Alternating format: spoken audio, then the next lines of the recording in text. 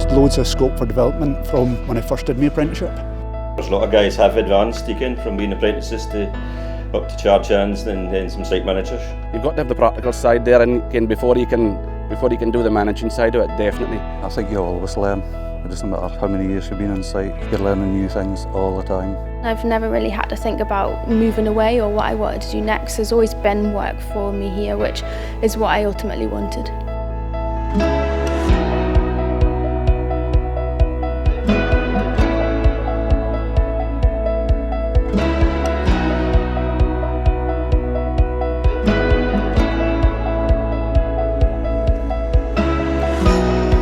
The business site manager, making sure all the boys have got all the equipment and the tools and everything that they need to do their tasks and jobs with.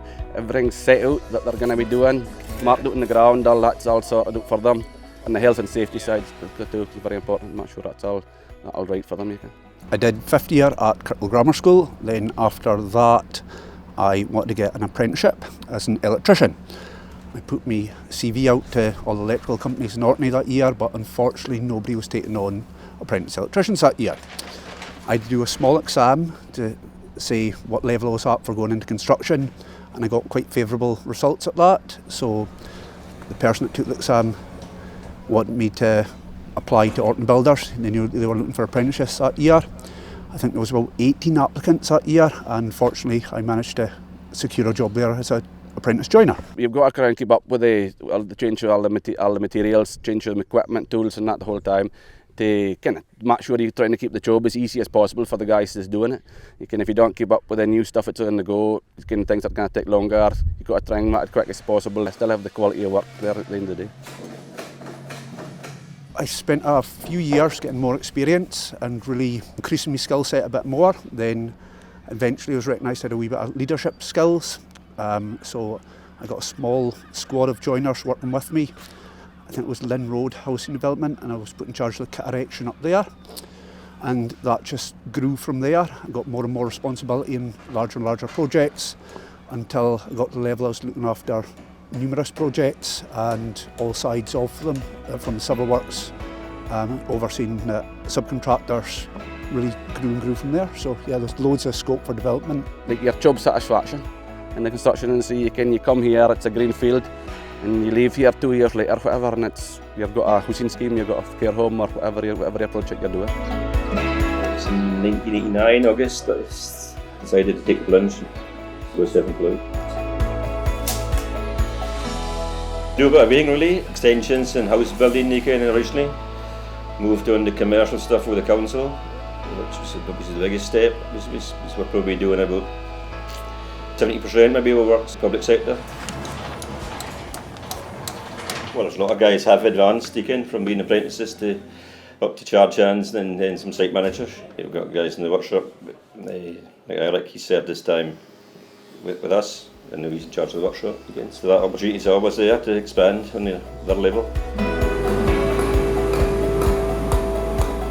When I left school, I went straight to university. At 18, I did a degree in photography and film, which is totally different to what I do now, but at the time I was quite young, I wasn't sure what I wanted to do, and when I finished uni I wanted to move back to Orkney.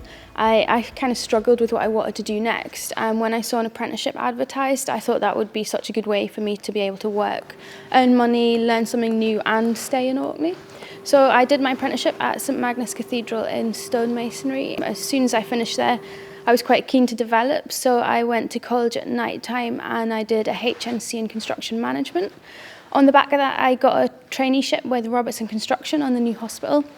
So I worked there for a year and a half, kind of developing more managerial administration skills in construction. And then in August this year, I moved to Historic Scotland, back into stonemasonry, but with a view to kind of develop my career further on down the line with the skills I gained at Robertson. I work in stonemasonry. So we look after all the monuments in Orkney, so Scarabray, Maytowel, that sort of thing, just routine maintenance, bigger projects as well. So on a day-to-day basis, we're just out and about on all the sites, looking after them, working to schedules, repair works, that sort of thing.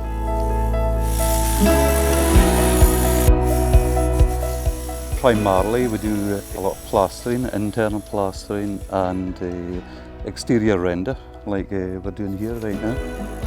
Right now we've got 3 generations on site. I've got my father, I've got my brother as well, my younger brother, and my son Jack, who's doing his apprenticeship right now. He should be finished this year. I'm sure we're pretty unique actually, nationally even, because my father's still working away at that age, approaching 80, which is amazing in itself. I did an adult apprenticeship, and that was probably about 30 years ago now, so I didn't do as much college work as Jack is doing now. There's obviously an advantage to going to college because it gives you a good basic grounding in all the kind of techniques and the skills that's required. Most of my apprenticeship was really learnt on site. I think you always learn. It doesn't matter how many years you've been on site, you're learning new things all the time. You're coming across the circumstances that you've never come across before. You work out how to approach that and plan out the work and all the rest of it. It's very satisfying, yeah, to see Jack enjoying his work and getting his hands dirty.